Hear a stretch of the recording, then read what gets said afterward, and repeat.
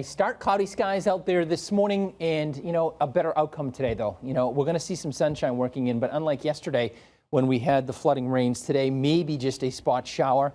But it's the same air mass, so don't expect it to feel like dry or anything. It's still going to be real humid. We're not going to get an air mass change, so to speak, with more of that fall feel probably until tomorrow night and Thursday. And as we go through that transition tomorrow, more rain is on the way. But for today, it's just a spot shower. If you have your outdoor plans or work today for this afternoon, go for it. I think we'll be able to maybe cut the lawn right as it dries out this morning.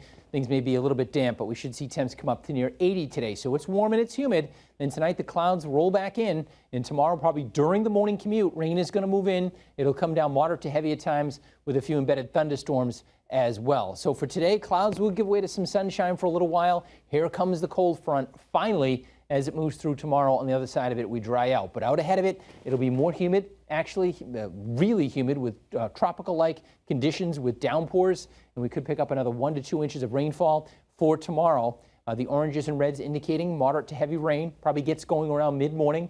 And then it's off and on, but probably more on than off from about mid to late morning through probably the evening commute. Then finally the front will push east and we will begin to dry out behind the front. Now, what this cold front does and how it interacts with Lee will determine how close Lee can inevitably end up getting to the Cape and the islands. If Lee were to come up a little bit quicker, it'll bounce into this cold front and it would be out to sea and no worries.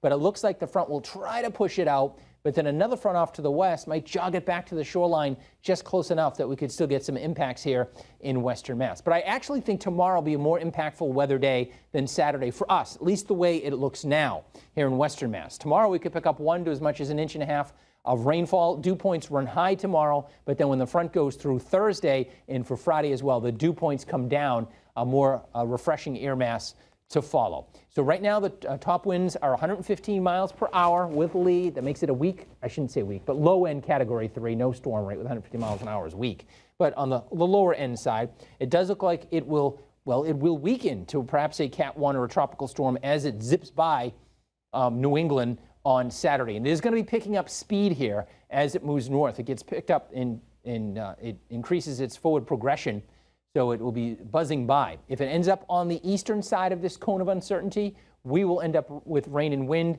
and we're talking about damaging winds along the shoreline. If it's further to the east, well then all bets are off and it would be just better conditions and it would just be fringe effects. Either way, I think Maine and Nova Scotia may end up being ground zero in terms of this storm system. Each line here represents a computer model and what path it thinks it's going to take. You can see there is consolidation on it staying offshore, but how far offshore is the big question. Greatest impacts across eastern New England. Rain and wind, how much? Of course, is the question. Rough seas and rip currents, that is a given already. That is beginning with those swells out there.